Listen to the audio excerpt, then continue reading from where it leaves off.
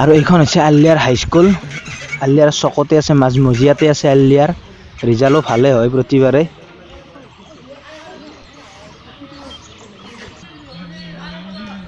এইখন হৰি মন্দিৰৰ গেট আলিয়াৰ, আৰু ইয়াত প্ৰতিবাৰে ৰাস উদযাপন কৰা হয়। ধুমধামেৰে ৰাস উদযাপন কৰা হয় প্ৰত্যেকবাৰে ইয়াতে। হেই নমস্কাৰ বন্ধুসকল, প্ৰথমতে সকলোকে ৰঙালী বিহু আৰু অসমীয়া নৱবৰ্ষৰ আন্তৰিক অভিনন্দন জ্ঞাপন কৰিছোঁ। আজি গৰু বিহু, সেইবাবে আমি অলপ এই মাখিয়তীৰ পাত কিবা কিবি এনেকৈ বিচাৰি আহিছোঁ। আমি আহিছোঁ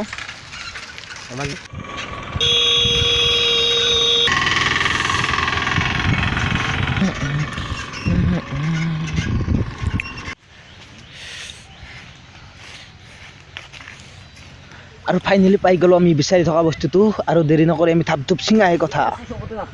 এই ভাই চিং চিং চিং। এতিয়া আমি মাখিয়তী ল'লোঁ। এই মাখিয়তী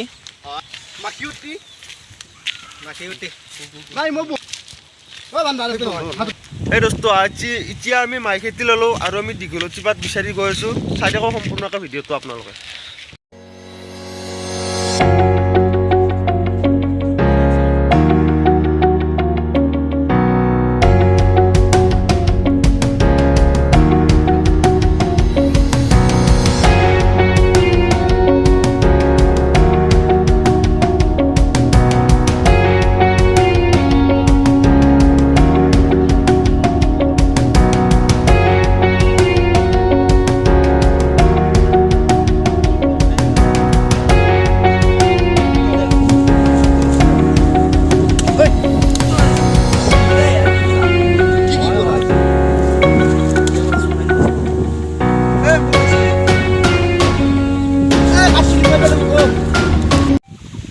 আৰু এই মালটো যি চুলিত মাৰিলে কামাৰ খাই ধৰে, এইটো লাগে থহাত দিও, মানে গধূলি জুই ধৰে, জুই ধৰিব লাগিব এইটো দি।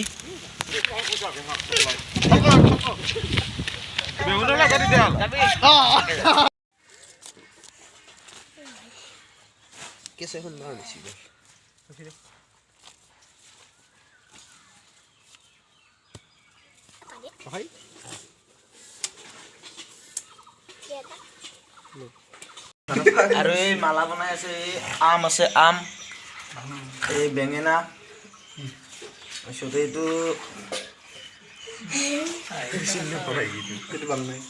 হালধি, এইগিলা গোটেইখিনি দিয়ে মানে মালা বনোৱা হয়। আৰু এই গধূলি গৰুৰ গলত দিয়া যায়, মালা পিন্ধি দিয়া যায়। কিছুমান জেগাত নিয়ম বেলেগ, কিন্তু আমাৰ তাতে গৰুৰ গলত মালাটো পিন্ধি দিয়া যায়। আৰু ফাইনেলি হৈ গ'ল এই মালাডাল। আৰু এতিয়া আমি দীঘলতিৰ পাতেৰে কোবাই কোবাই কোবাই কোবাই গৰু ধুৱাম। পাতেৰে কোবাই দিছে আৰু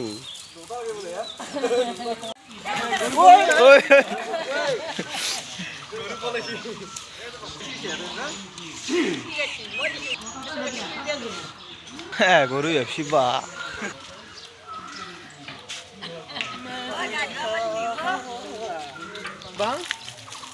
গৰুত চেলফি উঠাই দিয়া।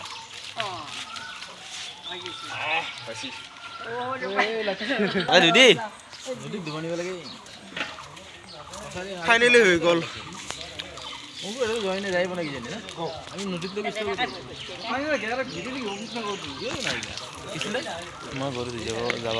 আৰে ফকৰাটো মন মাৰি আছে, আকৌ ধুই দিব লাগিব। ধুই দিয়ক, ই ভাবছি মোক ধুই দিয়া মানুহ নাই, কাকৈ এই কাষতে বহি আছে।